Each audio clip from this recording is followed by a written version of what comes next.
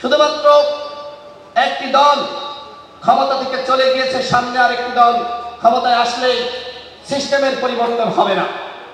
সিস্টেমের পরিবর্তন করার জন্য এই অন্তর্বর্তীকালীন সরকারকে কাজ করতে হবে।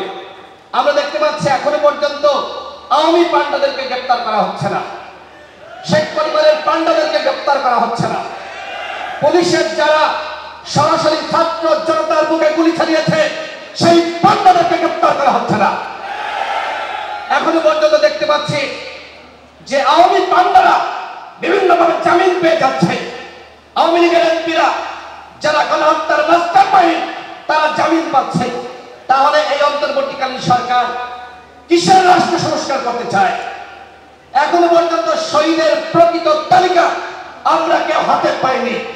এখনো পর্যন্ত কতজন ভাই আহত হয়েছে সেই সঠিক তালিকা বিগত 5 মাসেও এই অন্তর্বর্তীকালীন সরকার তৈরি করতে পারে নাই।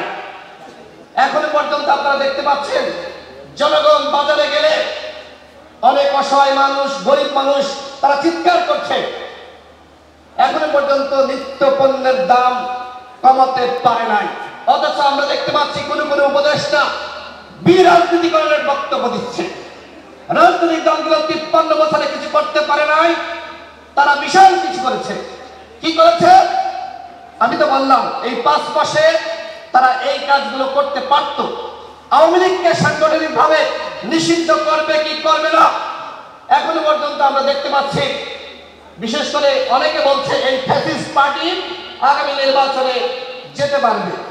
গণহত্যার বিচারের আগে এই আওয়ামী লীগ নির্বাচনে অংশ নিতে পারবে না। যদি আওয়ামী লীগকে গণহত্যার বিচারের আগে নির্বাচনে অংশ নেওয়ার সুযোগ দেওয়া হয় তাহলে শহীদের রক্তের সাথে লড়াই দিতে হবে। আমরা ছাত্র জনতা শহীদের রক্তের সাথে এই সরকারকে বেইমানি করার সুযোগ দিব না। আমরা এই অভ্যুত্থানে আন্দোলন করেছি। প্রয়োজনে যদি রাষ্ট্র সংস্কারের জন্য এবং এই সরকার এখন আওয়ামী লীগকে বিভিন্নভাবে সুযোগ দিচ্ছে। দেখেন সচিবালয়ে আওয়ামী লীগের প্রেতাত্মার আরো বেশি প্রমোশন পাচ্ছে, পুলিশের প্রমোশন পাচ্ছে। ডিসিএসপি নিয়োগকে কেন্দ্র করে আপনারা দেখেছেন কি কেলেঙ্কারি। প্রত্যেকটা জায়গায় আওয়ামী লীগের পুনর্বাসন করা হচ্ছে।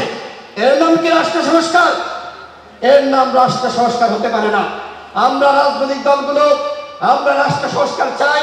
এই সরকারকে আমরা সহযোগিতা করছি।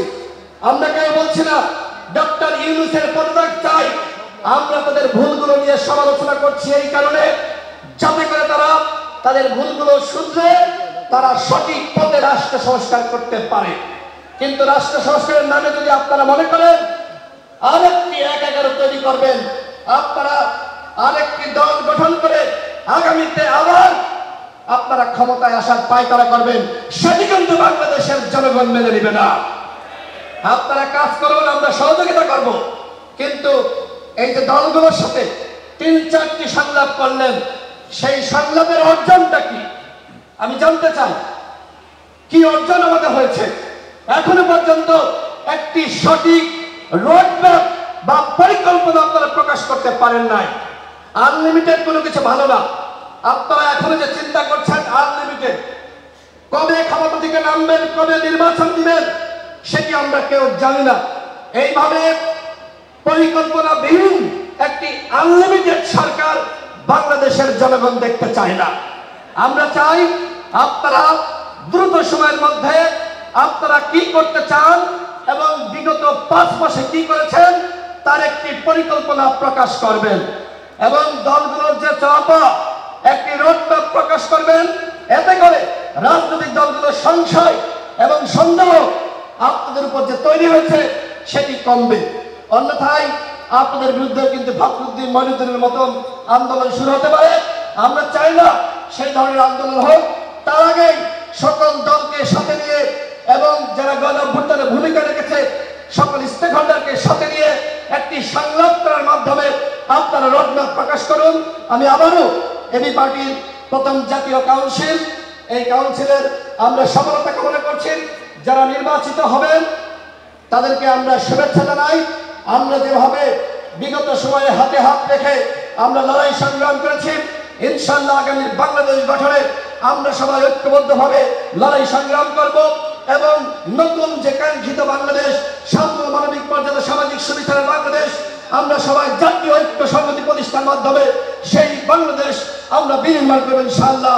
যখন আবু সাইদ এবং চট্টগ্রামের ছাত্রদল নেতা ওয়াসিম তারা শহীদ হয়, সেদিনই সর্বপ্রথম এবি পার্টি, গণ অধিকার পরিষদ এবং এনডিএম আমরা তিনটা দল একসাথে হত্যার খবর পর সাথে সাথেই সংগ্রাম করি, প্রতিবাদ করি, বিক্ষোভ মিছিল করি। এরকম অসংখ্য প্রতিবাদ আমরা একসাথে করেছি। আমরা যারা যুগপৎ আন্দোলন করেছি, বিএনপি সহ 43-44টি দল হাসিনার বিরুদ্ধে আমরা টানা লড়াই চালিয়েছি। এই লড়াইয়ের সময় আমরা প্রত্যেকে এই রাষ্ট্র সংস্কার চেয়েছি এবং এই অন্তর্বর্তীকালীন সরকার, যেটি আমাদের দীর্ঘ লড়াই সংগ্রামের ফসল, সেই সরকারও রাষ্ট্র সংস্কার করতে চাই। এখানে যে প্রামাণ্য চিত্র দেখানো হয়েছে, আপনারা দেখেছেন কিভাবে তরুণরা স্বৈরাচার হাসিনার পুলিশ বাহিনীকে, ছাত্রলীগ, যুবলীগ, পান্ডা লীগকে রুখে দিয়েছে।